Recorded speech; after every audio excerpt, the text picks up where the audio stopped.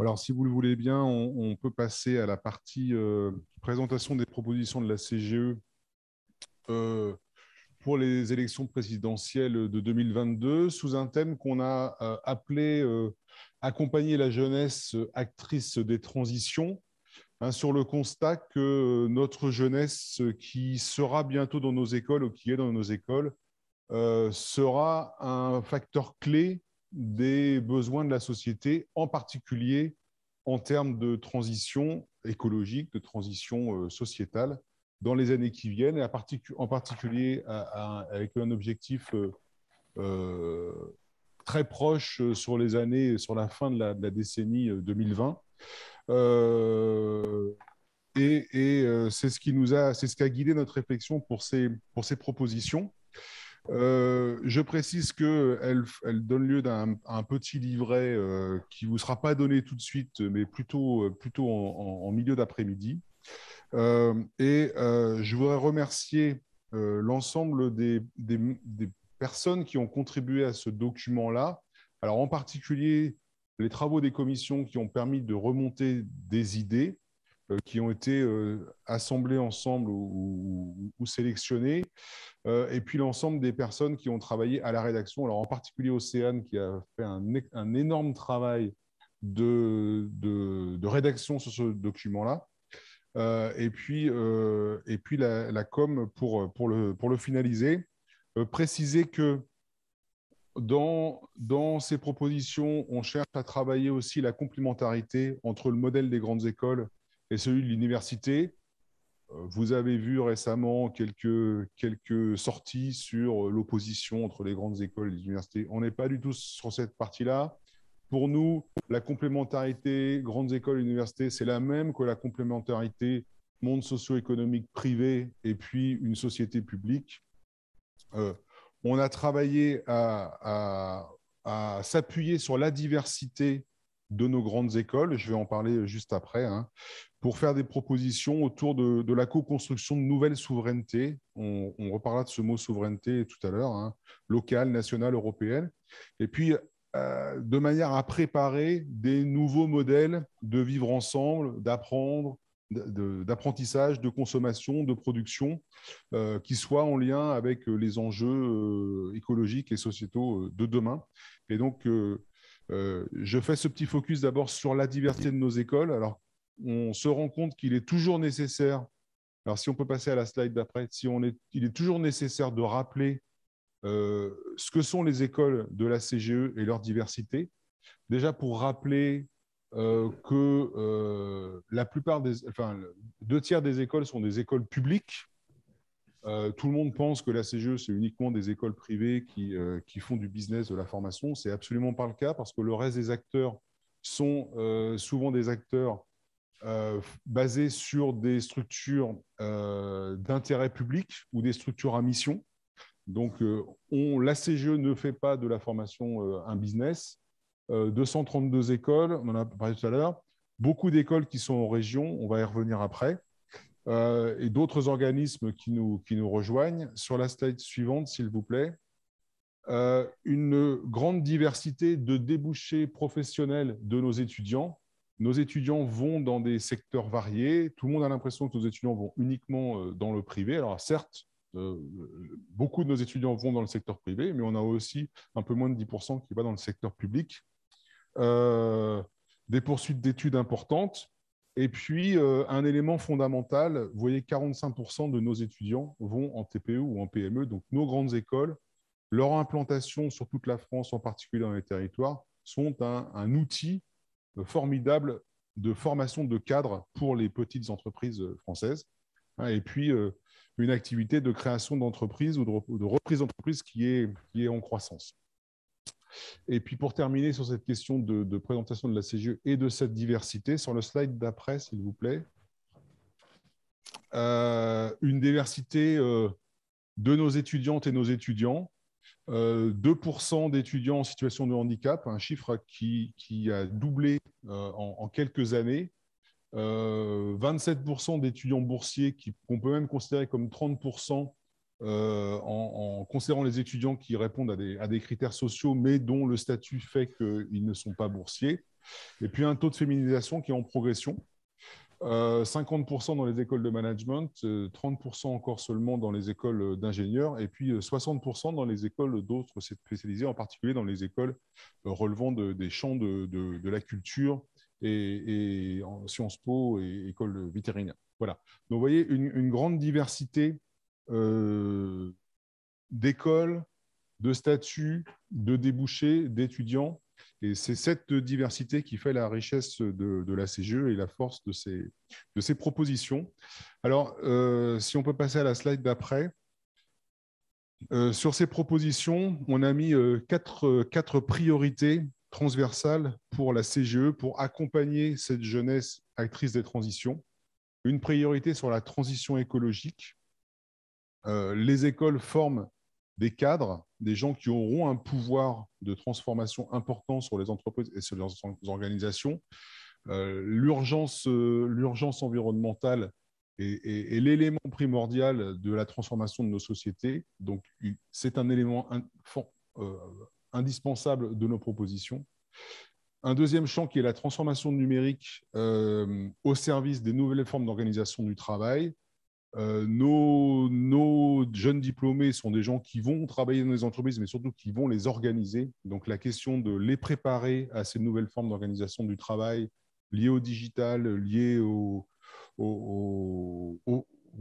présentiel, au distanciel est importante. La question des territoires, hein, on l'a vu, avoir une dynamique territoriale ne peut pas se focaliser uniquement sur des grandes métropoles. Et puis, toujours la question du vivre ensemble dans nos écoles, pour le vivre ensemble dans les entreprises, dans la société. Donc, la question de lutte contre la précarité étudiante et pour l'inclusion sous toutes ses formes. Donc, quatre priorités qu'on va retrouver dans l'ensemble de nos propositions. Et puis, avant de passer la parole à Pierre Mathieu, nos propositions, voilà comment est-ce qu'on les a organisées. Elles sont au nombre de 14, donc on a voulu se restreindre sur le nombre de propositions. On les a orientés en 4 axes. Comment préparer au mieux des jeunes à venir dans nos écoles, donc la partie amont de nos activités. Le deuxième axe qui est plutôt lié sur comment on les forme au sein de nos écoles à construire de nouvelles formes de souveraineté en redéfinissant les enjeux fondamentaux de la société, en particulier sur les champs environnementaux et sociétaux. Un axe sur la sortie, comment amener ces jeunes à devenir des décideurs et être en capacité de faire changer les choses dans les entreprises. Et puis un axe sur les moyens qu'on doit se donner pour faire ça, pour accompagner cette jeunesse à devenir actrice des transitions environnementales et sociétales de demain.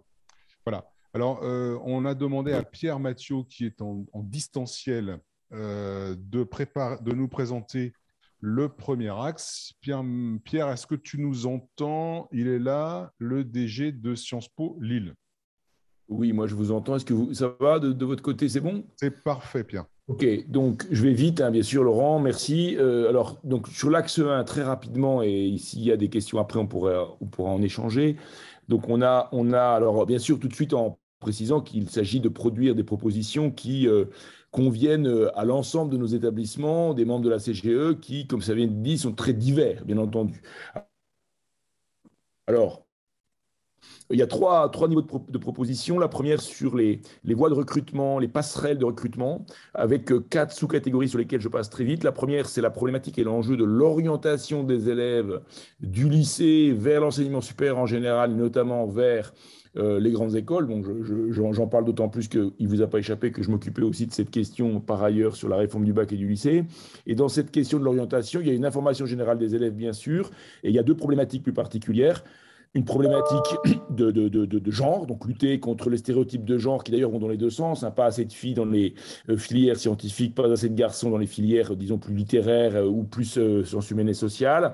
Et puis la dimension sociale aussi, beaucoup de censure ou d'autocensure d'élèves par rapport aux grandes écoles, liés à leur milieu social d'origine. Donc, ces deux points-là à travailler. Ensuite, bien sûr, lié à cela, la problématique des quotas de boursiers. Donc, je sais que c'est quelque chose qui est parfois débattu entre nous. Faut-il aller vers des quotas de boursiers dans nos établissements en considérant, Laurent l'a dit tout à l'heure, que nous ne nous en tirons pas si mal que cela si nous prenons en compte non pas le nombre de boursiers ou le pourcentage de boursiers en première année de nos écoles, mais sur la totalité des cursus que nous proposons, où là, nous avons des pourcentages qui sont tout à fait appréciables et d'ailleurs souvent équivalents, voire meilleurs que dans certains cursus universitaires. Ensuite, multiplier ou démultiplier les voies d'accès de nos établissements par la licence, par les classes préparatoires, par les bachelors, par les BTS, etc., etc. Et enfin, avoir une attention portée à ce qu'on appelle les hauts potentiels, c'est-à-dire, pour dire vite, aux élèves qui ont soit un haut potentiel sportif, soit un haut potentiel dans le domaine culturel ou artistique, et dont nous savons qu'ils sont aussi des élèves qui réussissent très, très bien, à la condition, bien entendu, de les accueillir particulièrement et de les suivre et de les accompagner particulièrement. Voilà, donc ça, c'est les 4 éléments de la proposition 1. Ensuite, sur la dimension de socle de connaissances et de compétences, il nous semble qu'il faut être attentif à essayer d'acculturer nos élèves à 3 choses, 3 éléments, en sachant bien sûr que cela prend des formes différentes et des intensités différentes selon bien sûr le type d'école dont nous parlons. Une éducation aux sciences, donc on entend là plutôt évidemment les sciences dures et les sciences de l'ingénieur. Donc j'aurais tendance à dire qu'une école comme la mienne, Sciences Po, a très clairement un intérêt à booster la culture générale de ses élèves dans le domaine des sciences dures et des sciences de l'ingénieur, parce que c'est un problème. Or, quand on fait Sciences Po, par exemple, et qu'on veut travailler sur les questions de développement durable, par exemple, ou de numérique, il faut avoir une culture scientifique et une culture de l'ingénierie minimale. Ensuite, il y a la même chose plutôt de l'autre côté, si vous me passez l'expression, de booster la culture générale dans le champ des sciences humaines et sociales, côté, si vous voulez, par rapport à ce que je viens de dire, mais aussi pour aider l'ensemble de nos élèves face à des problématiques de gestion des fake news, par exemple, qui touchent aussi nos établissements et nos étudiants et étudiantes, il ne faut pas s'en cacher. Puis enfin, 3e point, une attention portée, disons, à la culture artistique et culturelle, enfin, la culturelle au sens, disons, de la culture générale, parce que là encore, nous pensons qu'il y a des marges d'appréciation et des marges d'amélioration qui peuvent être réalisées. Donc ça, c'est là donc la proposition 2 sur le socle de connaissances et de compétences.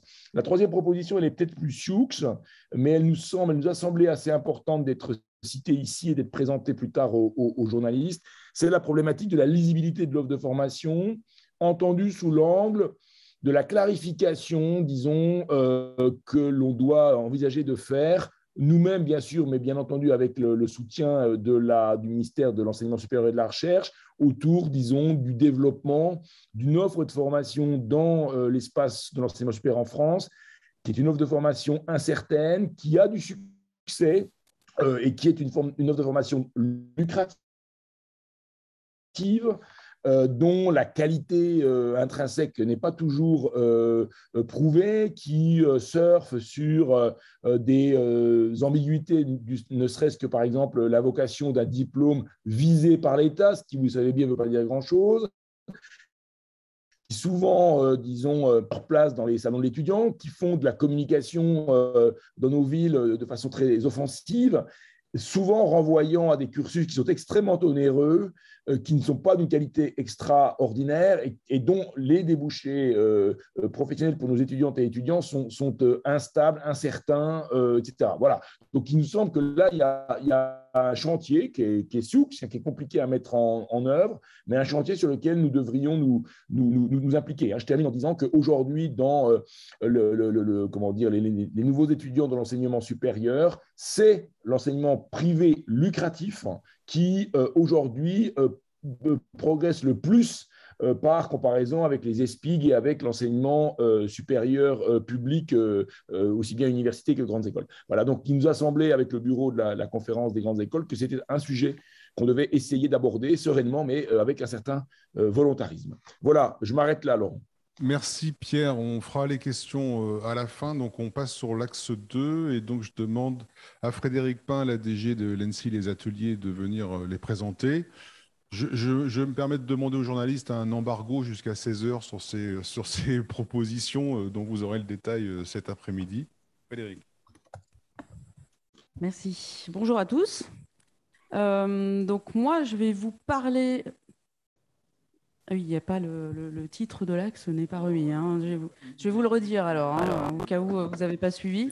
Donc, ah oui, c'est coupé. Donc là, je vais vous parler de l'axe 2 qui est assez, comme vous pouvez le voir, dense et c'est bien normal puisqu'il s'agit de construire des nouvelles formes de souveraineté en redéfinissant nos enjeux fondamentaux. Donc, comme vous pouvez le voir, cette densité, bah, elle est liée de toute façon au fait que si on commence à s'intéresser à des questions de souveraineté, déjà, le sujet est très complexe à détourer. Donc, on a 9 propositions à vous faire pour bien circonscrire cette dimension. Allez, rigolons un petit peu quand même, parce que le sujet est dense, c'est pour vous concentrer. Donc, vous êtes prêts, hein? Pourquoi co-construire? Déjà, parce qu'effectivement, on ne va pas chacun travailler sur des questions très lourdes comme l'attractivité, la compétitivité en France, la question des transitions qui veut tout dire et rien dire aussi. Donc l'enjeu vraiment, c'est de se coordonner tous ensemble pour aller sur ces questions assez complexes. Et d'ailleurs, on n'est pas les seuls à se poser cette question-là sur qu'est-ce que c'est que cette question de la souveraineté. Donc il faut vraiment commencer à s'y plonger sérieusement et à adresser cette question-là et assumer que c'est pluriel et multidimensionnel. Donc, qu'est-ce qu'on veut défendre comme valeur au niveau de la CGE autour de cette question de la souveraineté? Eh bien, c'est de former nos jeunes pour leur donner des idées d'interprétation nécessaires pour construire des nouvelles formes de souveraineté. Donc là, on est dans 3 dimensions, la responsabilité, la solidarité et l'innovation. Nos jeunes nous poussent sur ces dimensions-là. Ils ont 2 regards très forts et aujourd'hui, c'est très intéressant de leur ouvrir le champ de regard. Ils sont très locaux.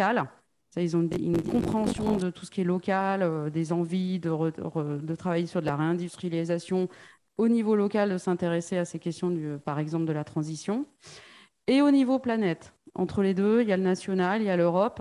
Donc notre enjeu aussi, c'est de remettre toutes ces dimensions-là au cœur de la transformation de nos formations pour que nos jeunes puissent encore mieux s'impliquer, notre jeune génération, dans ce monde de demain qui nous attend.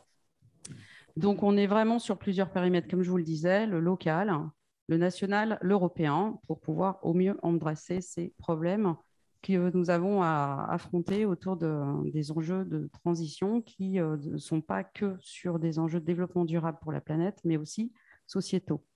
Donc, nous sommes vraiment autour de ces dimensions-là, donc comprendre la question de l'interdépendance et du fait que ça interagit ensemble au niveau économique, écologique, énergétique, industriel, culturel et alimentaire. Je me suis permis de rajouter ce terme.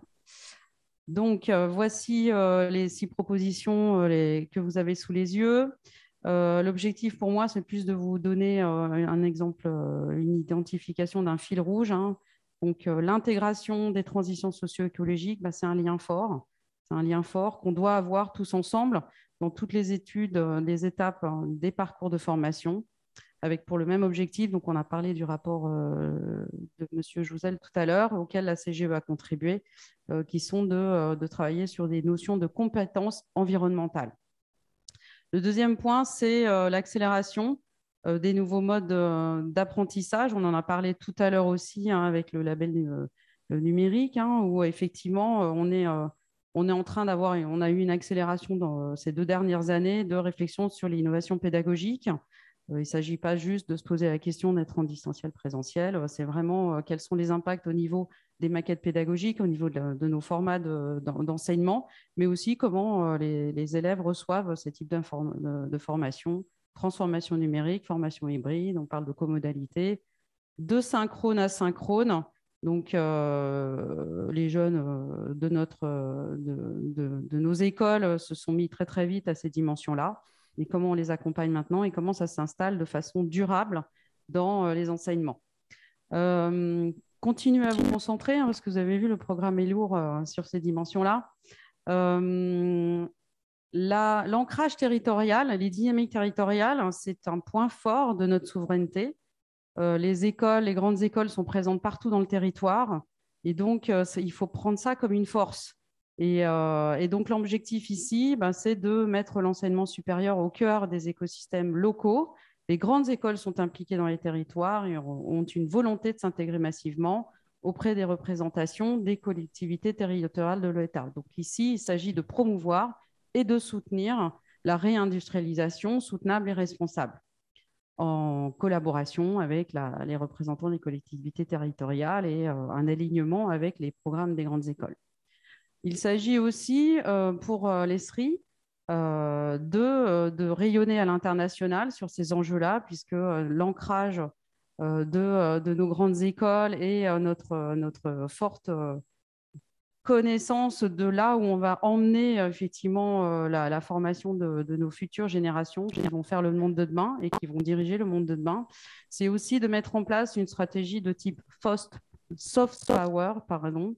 Donc cette stratégie de soft power, ben, vraiment l'objectif, c'est d'aller dans des principes de mobilité fluide, c'est-à-dire d'alléger les procédures de visa, par exemple, sur les étudiants internationaux, de faciliter la mobilisation inclusive, hein, où on prendra en compte aussi l'accueil et les mobilités pour tous. On est dans cette dimension, on en a parlé tout à l'heure, apprentis, étudiants en situation de handicap, étudiantes issus de milieux défavorisés.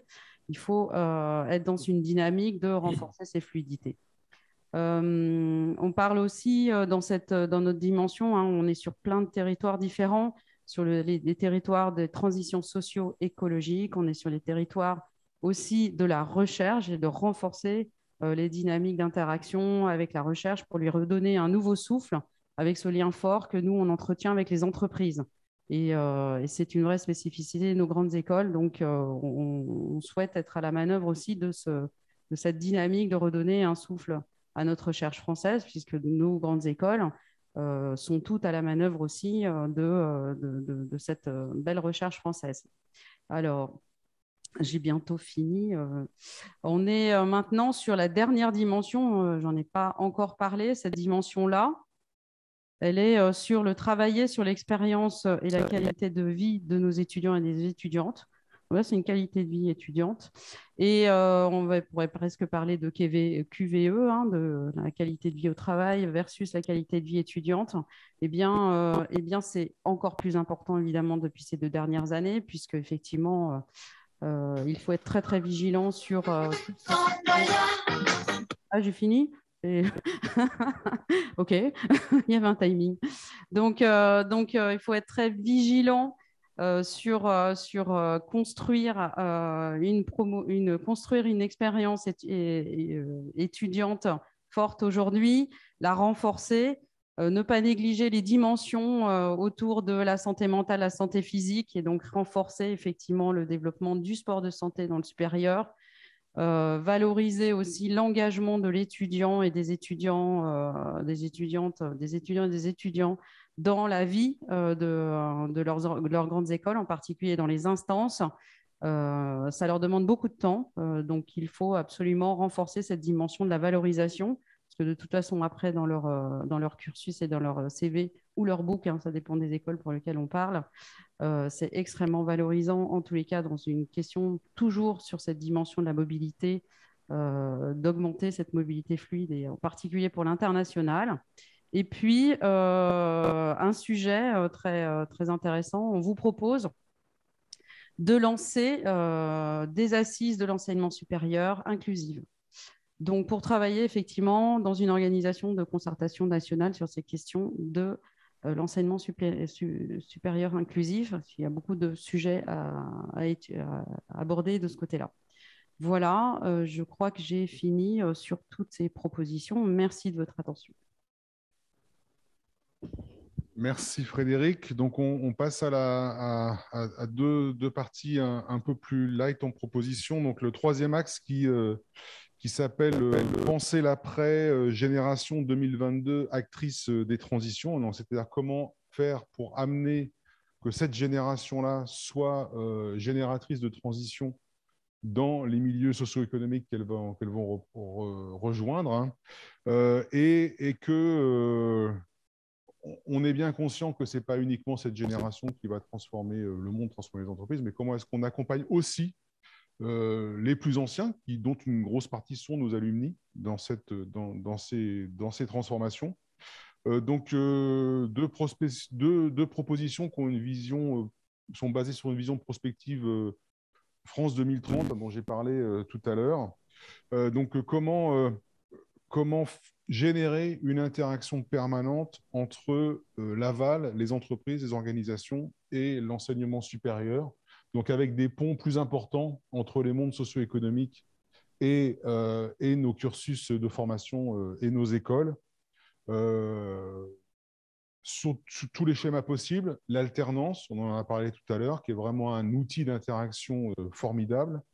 Les questions de formation toute la vie, comment faire revenir des personnels des entreprises se former, en particulier sur les questions environnementales et sociétales dans nos cursus.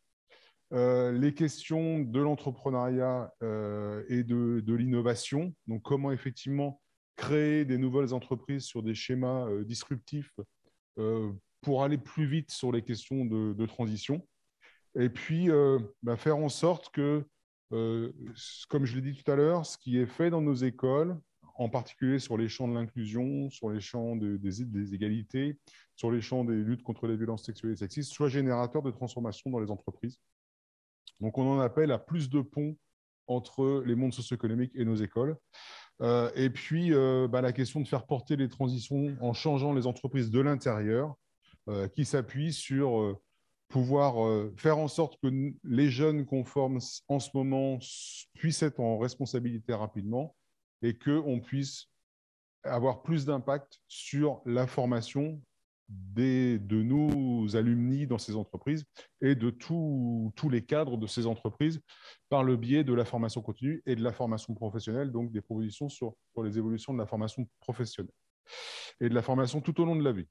Et puis, un dernier axe, c'est plutôt tourné sur la question des moyens. Donc, slide suivante, s'il vous plaît. Donc, le quatrième axe qu'on a appelé, il arrive, voilà, se donner les moyens pour davantage de modernité et d'agilité au service de l'ESR. Pardon. Donc, c'est un axe qui englobe tous les précédents, hein, c'est-à-dire quels moyens on se donne pour bien recruter des jeunes et bien les former en amont, pour bien les former chez nous, pour qu'ils deviennent acteurs de transition et puis pour bien les conduire vers l'entreprise.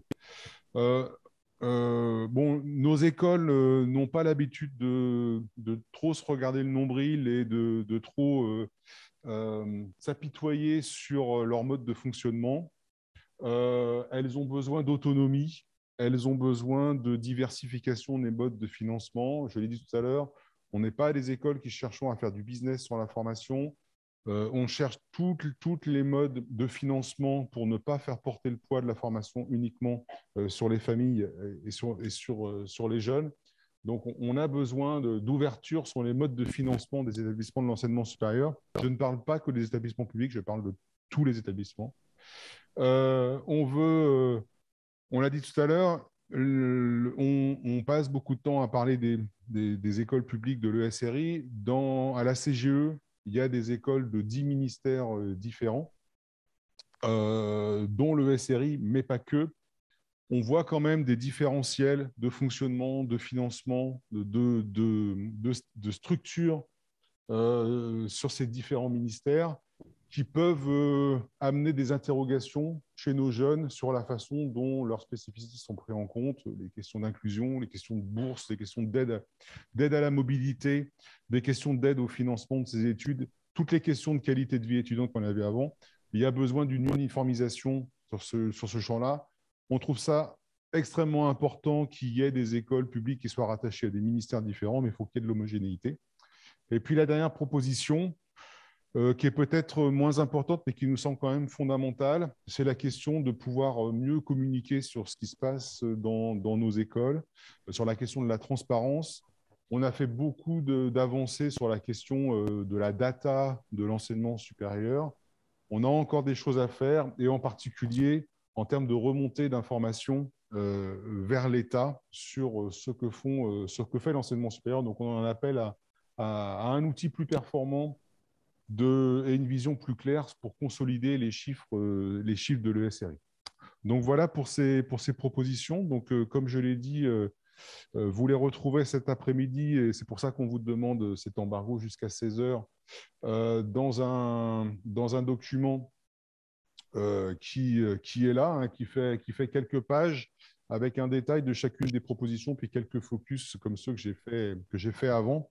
Et donc, on veut profiter de ce petit temps qui nous reste pour échanger avec vous sur ces propositions, à la fois comme elles sont construites, ce qu'il y a dedans et comment on va les utiliser derrière. Voilà, donc avec à la fois Hugues dans la salle avec le micro et puis pour vous qui êtes à distance.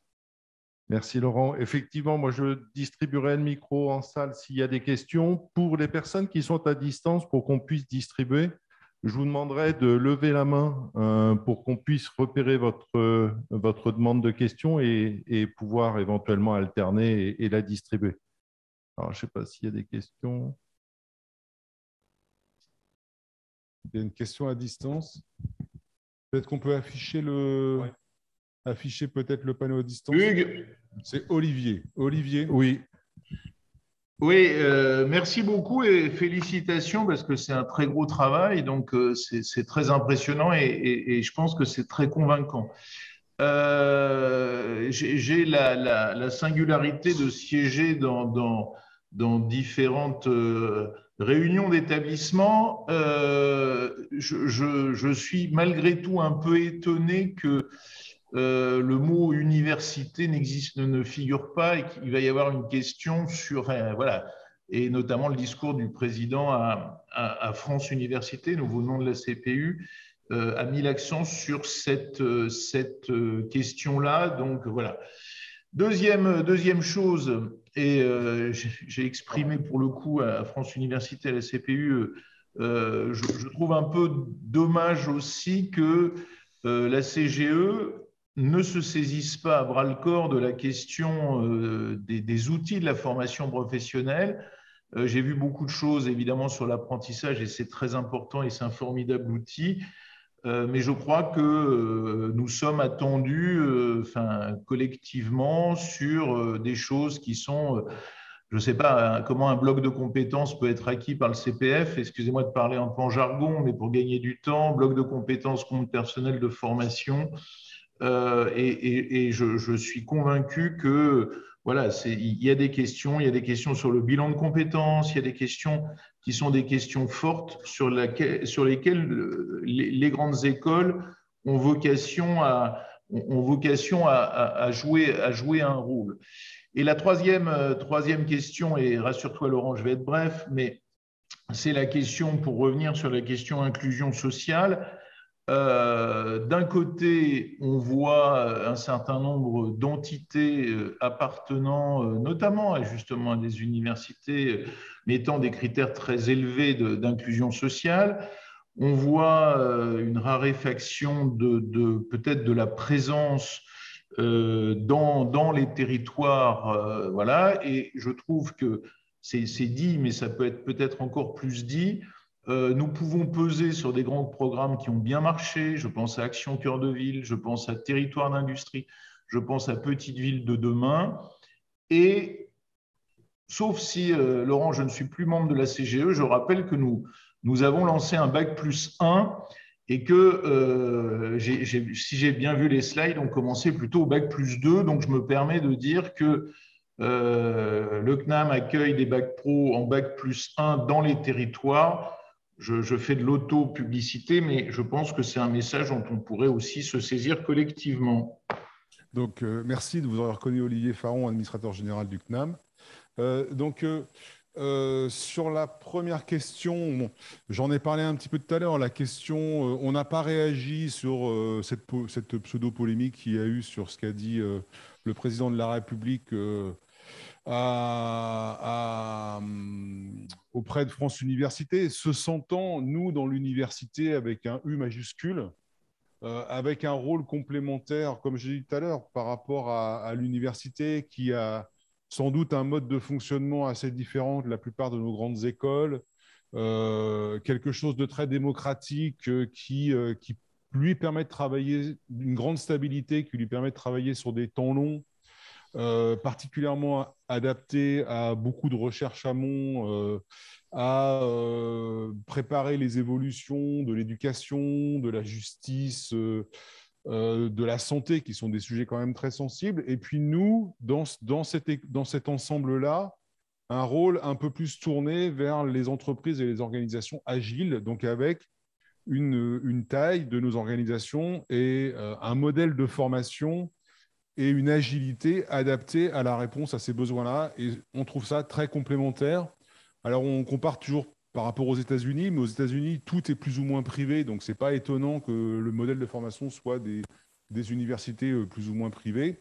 Mais en France, on trouve que cet équilibre entre une université qui a un modèle très démocratique et très stable et des grandes écoles plus agiles est cohérent avec une société, avec des grands champs publics comme l'éducation, comme la santé, comme la justice, et puis des champs agiles privés. Voilà. Sur la deuxième question, les éléments dont tu parles, le CNAM est très à la pointe sur les questions en particulier d'usage du CPF et de blocs de compétences. En fait, c'est ce qu'on a mis dans les propositions de l'axe 3, c'est-à-dire qu'il faut qu'on ait les moyens pour aller rapidement former des personnes qui sont en entreprise, et en particulier sur les sujets des transitions écologiques, des transitions sociétales. Et effectivement, l'outil CPF est un outil à développer, la question des blocs de compétences. Donc ça fait partie du détail de ces propositions de l'axe 3. Et puis, sur la dernière partie, la question des territoires. Alors, c'est une question...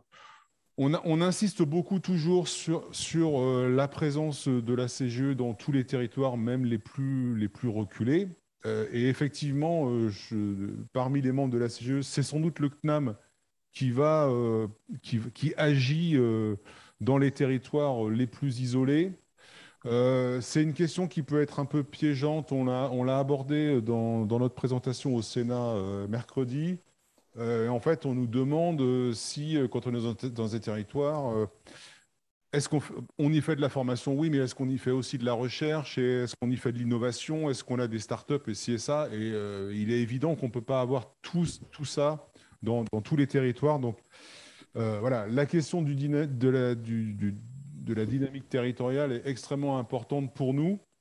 Beaucoup de grandes écoles ont développé des campus, ont répondu comme l'a fait le CNAM, à des appels comme ça. Toutes nos grandes écoles cherchent à répondre le mieux possible aux attentes des territoires, quelle que soit leur taille. Hein, un exemple sur le champ du retour à l'emploi. Je pense que toutes les grandes écoles sont sur ce champ-là.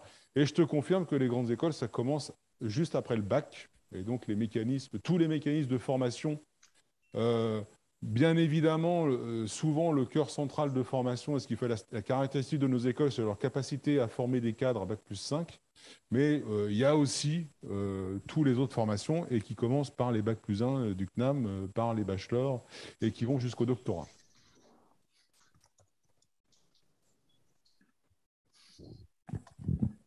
Est-ce qu'il y aurait une question dans la salle?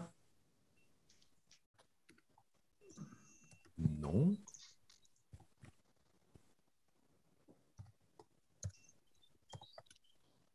À distance, si vous pouvez lever la main, enfin cliquer sur lever la main.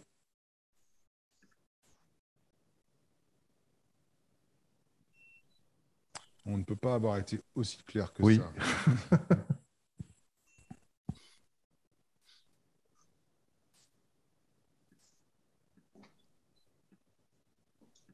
Alors, pour susciter des questions, hein, j'en profite pour dire que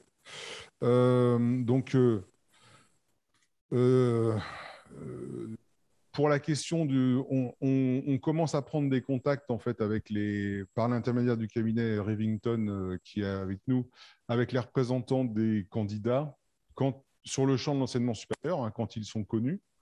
Donc, on va faire une version un peu condensée, un peu plus proactive sur une page de ces propositions, en se focalisant pour générer de l'intérêt sur quelques propositions phares. on a aussi décidé de lancer une action auprès de la jeunesse, donc les jeunes avec, voilà, avec tel candidat, et d'aller voir cette jeunesse avec nos étudiants. Donc, on s'est associé en particulier au BNEI et au BNEM, donc Bureau national des élèves ingénieurs, Bureau national des élèves en école de management, pour que des jeunes aillent voir ces jeunes avec. Voilà. Donc, nous, on sera là, mais on sera un peu plus en retrait pour aussi mettre en avant nos étudiants sur cette proposition vers les candidats. Et je confirme et je remercie le BNEI et le BNEM d'avoir accepté tout de suite de travailler avec nous. Et on a un premier rendez-vous avec les jeunes avec Macron, les JAM, le 17 février.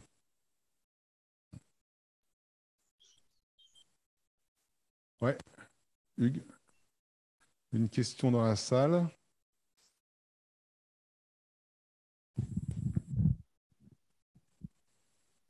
Merci beaucoup, Hugues. Non, en fait, moi, justement, cette question est la mienne. C'est-à-dire que les propositions qui ont été présentées, évidemment, c'est assez large. C'est un gros travail, effectivement, et bravo pour tout ça. Mais j'imagine que quand vous allez rencontrer les candidats en face à face, ça va être sur des délais relativement courts. Donc, du coup, c'est quoi un peu le wording? C'est quoi les demandes de propositions, on va dire, très concrètes vis-à-vis des candidats? Parce qu'on sait que c'est toujours l'occasion d'avoir une sorte de liste au Père Noël. Enfin, qui ne tente rien à rien. Donc voilà, c'est quoi potentiellement les propositions très concrètes qui vont être demandées aux candidats et candidates? Voilà, on sait très bien, on n'est pas dupes non plus, on sait très bien que les questions d'enseignement supérieur ne sont pas des questions centrales auprès des candidats. On sait aussi, avant de répondre à la question, on sait aussi que comme c'est un sujet pas très central, c'est un sujet qui est souvent attaqué à la serpe. Donc, on sait qu'il y a des questions qui viennent sur des avis très tranchés, pour ou contre Parcoursup, voilà, pour ou contre je ne sais quoi. Voilà. Donc, on a déjà des préparations sur ces sujets-là parce qu'on sait que c'est ces éléments à la serpe qui sont parfois juste une ligne dans le programme d'un candidat. Donc, on a déjà ce sujet-là. Et puis après, on veut focaliser sur ce que... C'est-à-dire ne pas rentrer dans le détail des propositions, leur laisser les propositions après derrière et se mettre à leur disposition, et focaliser sur les 4 champs que j'ai mis, qui sont les questions environnementales, parce qu'un peu curieusement, on trouve qu'elles sont trop absentes du débat actuel sur les présidentielles, et qui fait en particulier que notre jeunesse ne s'intéresse pas forcément trop à ces présidentielles. Les questions du numérique et de la transformation du travail. J'ai oublié les 2 autres.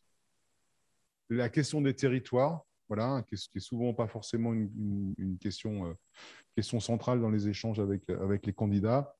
On voit qu'en fait, dans la structuration actuelle de l'université, autour de gros pôles universitaires, il y a quand même une inquiétude, et Olivier Faron l'a rappelé, sur une désertification de l'enseignement supérieur dans certains territoires. Donc, rappelez que nous, les grandes écoles, on joue ce rôle-là d'être présent dans les territoires, y compris dans les territoires les plus petits, et comme on le voit, de fournir des cadres qui vont s'occuper de la transition de ce qui fait la force du tissu économique, qui sont les petites entreprises.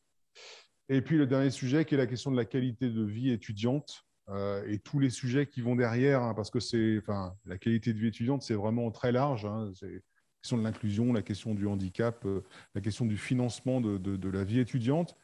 Sachant qu'on a pris une position hier, vous avez peut-être vu qu'il y a un débat entre le Crous, l'université, qui est dans qui offre quel service. Voilà. Nous, on a rappelé que comme notre modèle cherche à coller à celui de l'entreprise, bien évidemment, les sujets sociétaux du vivre ensemble sont des sujets dont les écoles doivent se saisir. Donc, la valorisation de la vie étudiante, la question de la santé étudiante, mais on ne veut pas s'occuper de tout. Donc, de même que l'entreprise ne s'occupe pas du logement, de ces personnels et de les nourrir le soir et le week-end, bah, nous, on considère qu'il faut des acteurs adaptés avec des moyens financiers adaptés pour que l'expérience étudiante nous, on cherche à donner dans nos campus, elle soit aussi portée en dehors du temps. Voilà. Donc, c'est un peu les 4 sujets qu'on veut porter auprès de ces candidats, donc se focaliser un petit peu là-dessus.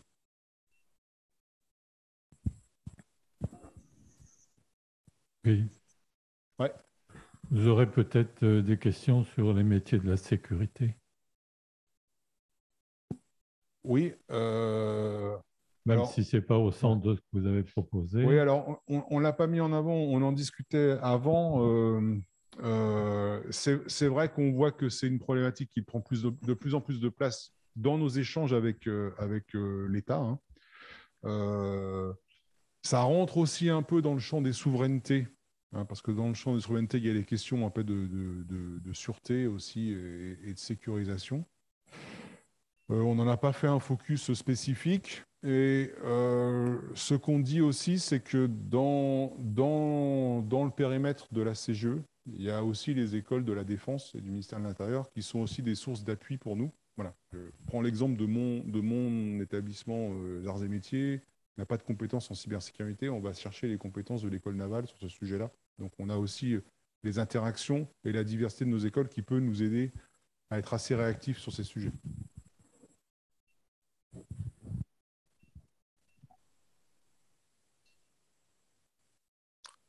Pas de questions à distance. Ça peut être des commentaires ou des critiques. Hein.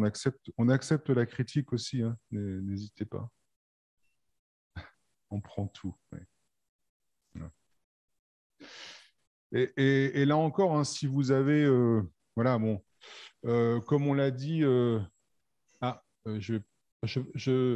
Jean-Philippe, je vais te passer la parole. Je finis. Hein. Donc, on utilise effectivement on utilise le cabinet Rivington pour avoir une action de lobbying au niveau national. Vous êtes aussi, vous, en relation avec des élus dans les territoires sur lesquels vous êtes. Donc, n'hésitez pas aussi à avoir cette action de lobbying en local. Je sais que vous le faites, mais ça peut être quelque chose d'important. Et donc, Océane se tient à votre disposition aussi si vous avez besoin d'éléments pour votre lobbying auprès de vos élus. Jean-Philippe. Oui, bonjour à tous. Vous m'entendez? Oui, parfaitement. Donc, le DG de l'IESEG. Hein. Oui, directeur de l'IESEG. Donc, ravi d'être avec vous, mais online seulement. Face à la question de la sustainability qui occupe beaucoup les discussions, et à juste titre, notamment sur les questions climatiques et sociales, on a beaucoup d'étudiants qui se disent, bon, à quoi bon faire des études d'ingénieur ou de commerce, puisqu'en fait, on est face à des problèmes environnementaux et qui nécessitent de changer le monde, etc.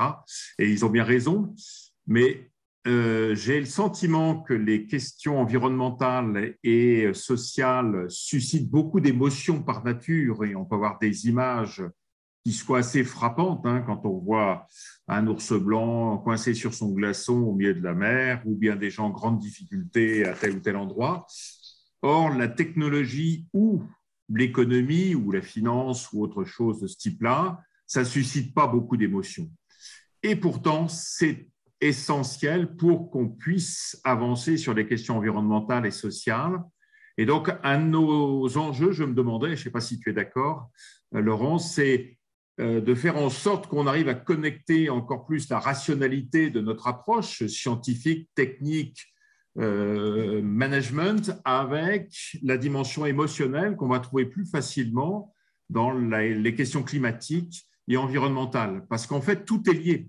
On ne réussira que si on réussit sur toutes ces dimensions et pas seulement sur le climat tout seul et le social tout seul. Tout est tellement lié, mais notre rôle d'éducateur n'est-il pas d'amener de la rationalité là où parfois on en est, où on fait jouer beaucoup l'émotion et probablement à juste titre. Qu'est-ce que tu en penses? Oui, tout à fait d'accord. Alors, ce que tu dis là, c'est central. Alors, on a essayé de l'adresser à plusieurs endroits. Pierre en a parlé. Il y a la question du socle de formation jusqu'au bac pour effectivement avoir les outils de compréhension du fait que voilà, que tout est connecté. Et comme Pierre l'a dit, c'est des outils de formation scientifique dans les différentes sciences et sciences de l'ingénieur, mais aussi de SHS et aussi de culture. Voilà, on trouve aujourd'hui qu'on a, par exemple, un tronc commun jusqu'en terminale qui n'est pas assez complet, qui n'est pas assez complet sur tous ces champs-là. Et puis, on l'a mis aussi sur un autre sujet qui est le sujet de la place de la recherche. J'ai dit hier que, enfin, on est nous, acteurs de l'ESR, on est persuadés que les clés de la réussite des transitions, tout en continuant à avoir une société prospère, elles sont chez nous, dans nos formations de la jeunesse et dans la recherche qu'on fait. Mais je pense que le Français et la Française moyenne n'a pas confiance en nous. C'est-à-dire que typiquement, pour beaucoup de monde, les scientifiques, les chercheurs ne sont pas des gens qui ont une place, enfin, qui sont les gens en capacité de faire réussir le pays sur ces questions-là, quoi. Donc c'est pour ça qu'on en appelle, et on n'est pas les seuls, hein, parce que je pense que la CDFI a mis la même question, et France Université aussi.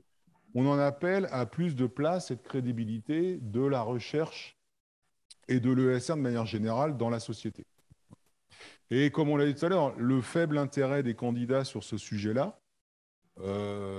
est une trace de la situation. Et voilà, donc on a adressé sur ces deux sujets, sur le socle de formation en amont de l'enseignement supérieur, et puis la crédibilité et la place de la recherche, qui nécessite à nous, alors on ne l'a pas mis dans les propositions parce que c'est à nous de faire le travail, mais qui nécessite aussi que nos chercheurs communiquent plus, que nos doctorants communiquent plus sur le fait que toutes leurs activités de recherche en ce moment sont tournées vers les questions de transition environnementale et autres. Les personnes ne le savent. Et sans vouloir faire de politique, c'est clair qu'on attire plus facilement les voix en jouant sur l'émotion que sur la rationalité. Voilà. Notre problème. Donc c'est pour ça que on se prépare aussi à répondre aux questions pour ou contre, voilà, qui sont des questions, voilà, ça reste plus tranché.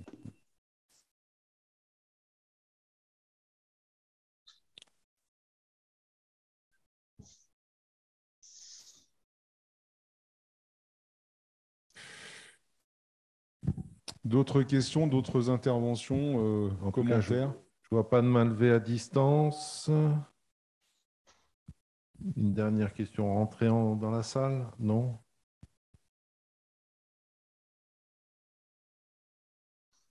Bon. Écoutez, on s'arrête là. Comme je l'ai dit, on vous transmettra le document détaillé cet après-midi. Je remercie encore nos journalistes sur la question de l'embargo. Avant de vous remercier, juste une petite question technique. On doit rendre l'amphi après. Donc, si parmi vous, il y a des gens qui veulent aller se balader dans les stands, vous ne pouvez pas laisser vos affaires ici. On en est désolé.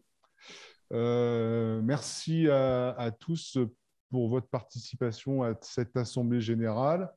Tout le monde reste à votre disposition à la CGE. J'en profite pour remercier toute l'équipe de la CGE et de ses partenaires qui se sont très impliqués sur cette assemblée générale et sur la construction de toute la documentation qui est là et qui vous sera transmise. Et merci beaucoup à Hugues pour l'animation et pour le chef d'orchestre de tout ça. Merci à toi, mon président, et merci à toute l'équipe de la CGE pour leur implication, parce que sinon, je ne pense pas qu'on aurait pu faire ce type d'événement qui, comme l'a dit Laurent en introduction, sera de plus en plus fréquent. À très vite, bonne continuation, soyez prudents.